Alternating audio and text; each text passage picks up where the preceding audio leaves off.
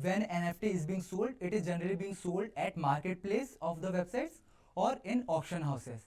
So when a listing has been done of a particular NFT, what are the things which are being there?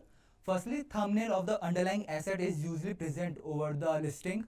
Also, the link to the digital assets and smart contract link address are being there.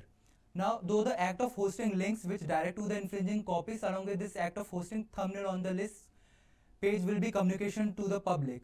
So generally, the liability part in relation to the infringement of the NFT is with the secondary infringers or the marketplace rather than the primary people who are minting the work into an NFT. Now, also these secondary infringers or the marketplace or intermediary can take the defense under IT Act under section 79, which talks about the intermediary liability.